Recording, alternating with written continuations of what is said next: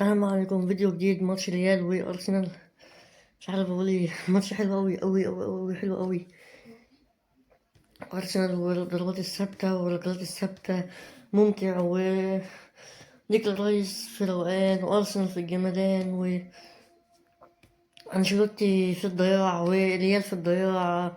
يعني وعمل برضه تغيير، قال لك اطلع رودريجو وانزل ابراهيم دياز. اشمعنى رودريجو اللي بتطلعه بالذات يعني كده ابراهيم دياز ده هيعمل رومونتادا؟ يعني اشمعنى رودريجو اللي بتطلعه؟ فين امبابي؟ فين فينيسيوس؟ فين بيلينجهام؟ فين فالفيردي؟ فين لعيبة التانية؟ بصراحة كورتوا ما يقدرش يعمل حاجة للفاولين يعني. وميرينو كمان اللي مش مهاجم أصلا وبيلعب مهاجم بقاله كذا فترة من يوم إصابة خيسوس وهافرس. كان هافرس يعني بيسجل أهداف، مش كان هو كمان بيسجل؟ يعني ده بيخليهم ما يجيبوش مهاجم بس بيسجلوا برضه. ماتش ممتع ممتع ممتع.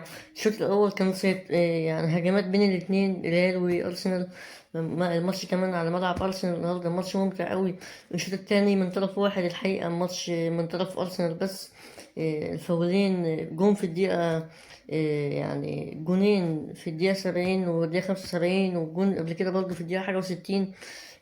أرسنال بنسبة 70%، 75% تأهل للدور نص النهائي. يعني لو الريال عمل إفاقة وكسب بشكل معجزة زي ما بيحصل معاه قبل كده، وبيكسب على أرضه وبيعمل ريمونتادا. طبعا لا نأمل لغدر الريال والريال في الأبطال وكده.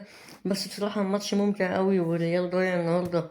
ده ربي يخلي أنشيلوتي يمشي بقى ويغور بقى ويشوف له نادي تاني. وارسنال الصراحة كان يستحق ان هو يكسب الصراحة على الشوط التاني، حتى اللي عمله والفرص اللي ضيعها في الشوط الاولاني، والتصديات اللي كورتوا برضه صدها من اللعيبة بتاعت ارسنال. يعني ارسنال ساكا برضه مش عارف اتصاب وطلع كده وغير في الماتش النهاردة. وبرضه ديكلان رايس هو مش إصابة، هو بس خبطة كده وجاب الدم بس من رجله. هو برضه طلعه عشان يأمن شوية حكاية الإصابات ديت. وتمبر برضه طلع ونزل مكانه من وايت.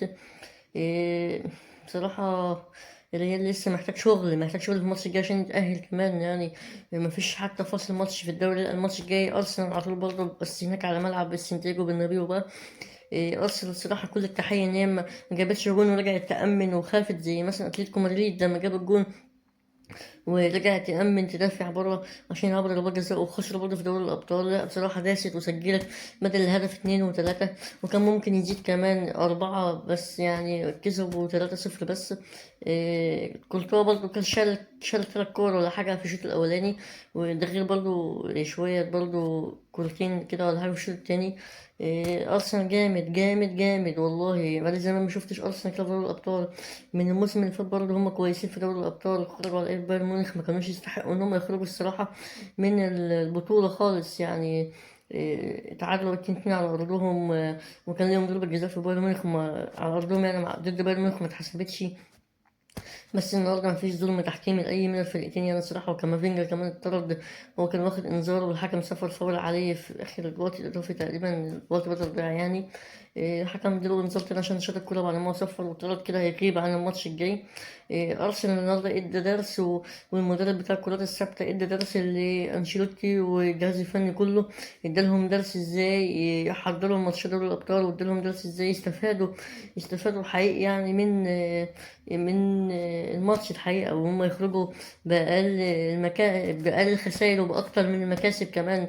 ما كسبوش واحد بس، وكسبوا 2 و3 كمان. وارتيتا الصراحة نزل بتشكيلة كويسة. جابريل اتصاب، لعب بكافيور وتيمبر وصليبا يعني لويس كيل الصراحة عامل شغل جيد جدا، ممتاز يعني. ريال مدريد لعب بتشكيلة معتادة: مبابي، فينيسيوس، روديجير، بيلينغهام، مودريتش، كامافينجا، فالفيردي.